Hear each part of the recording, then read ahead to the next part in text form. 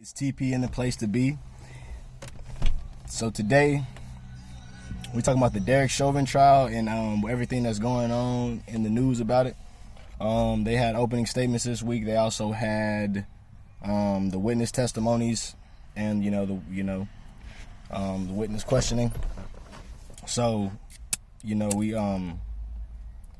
we're going to talk about that today, man. If you haven't already, y'all make sure and hit that notification bell so whenever I drop a video, y'all first ones to get on it. Y'all make sure and get on the videos. Like this video if you do like it or even know what we're talking about here, and make sure and subscribe to my channel. But so today we're talking about the Derek Chauvin trial. And if you have been watching it, it seemed like it was almost wrapped up during opening statements. The prosecution, which I think is the state of Minnesota, was they used the video. They showed the video of George Floyd being murdered on camera by Derek Chauvin. They showed that video in the opening statements. So the jury pretty much is already going to be pulled onto an emotional aspect because they're able to see exactly what happened. Past just testimonies, because what people say can change and memory can change and things like that. But past that, they have to analyze the video first and foremost. So I feel like that's a good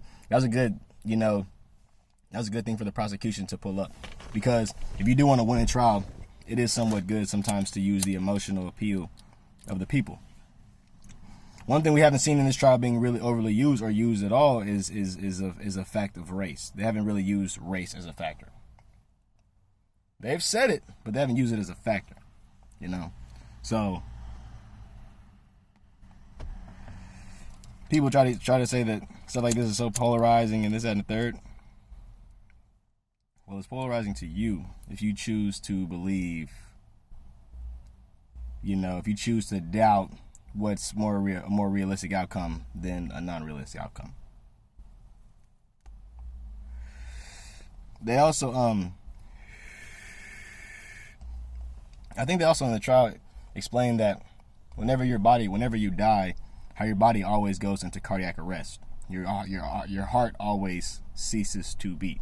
That's normal when almost everyone passes away, So to say he died of a cardiac arrest, and for people to try to jump on that bandwagon while seeing the video, that's crazy. So we're gonna get past that. We have the witnesses who explain their side of the story, and we've seen some of the witnesses' videos. They were the viral videos that pretty much showed the whole situation. So they're gonna have a decent explanation of what happened. We also seen the dispatcher who saw it on camera, who said that she thought that her video froze because they were on his neck for so long. We saw the two sergeants that were one who didn't work directly above Chauvin, but one who did work above Chauvin. I think it was Sergeant Pluger.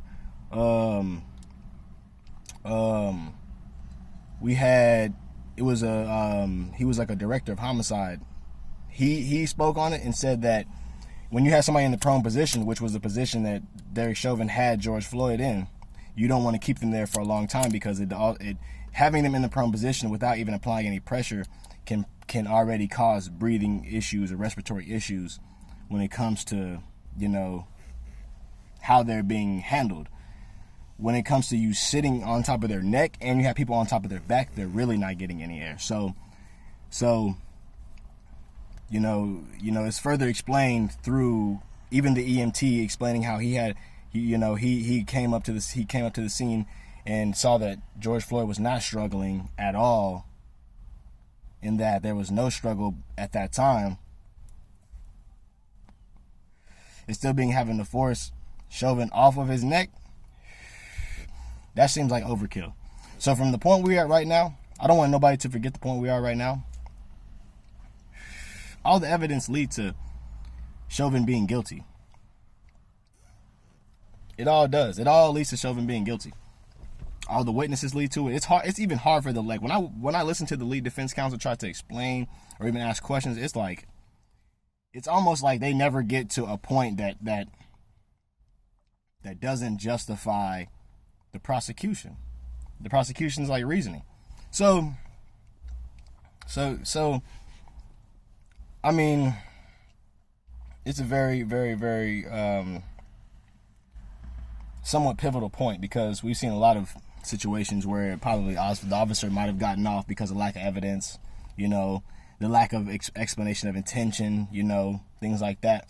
But in this situation, since the fact that I feel like since they had the camera on 38th in Chicago, in Minneapolis, and the dispatcher saw it, and she was also willing to call the police, and the one of the witnesses on scene, the brother who said he knew mixed martial arts, when he called the police on them, I feel like since it was so much fact checking in the situation, that's what made the state of Minneapolis actually press charges and proceed to really, you know, go forward with it and have less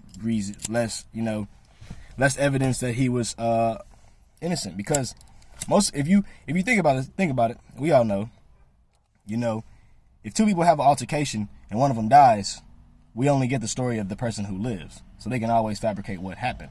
And if we don't get the direct body cam of such person, if we don't get it, how we know is if justice is going to be served. So I urge people, if you're not paying attention to it, to make sure you pay attention to this trial. Because I feel like with all the evidence being shown, it's going to be very, very, very hard for the defense to make it seem like the intention wasn't bad. But yeah, if y'all got any any comments about that, how y'all feel about it, man, y'all make sure and comment that in the comment box. Y'all like this video and y'all subscribe to my channel. And like I said before, y'all make sure and hit the notification bell, man. This TP and the place to be. Checking out. Y'all take care.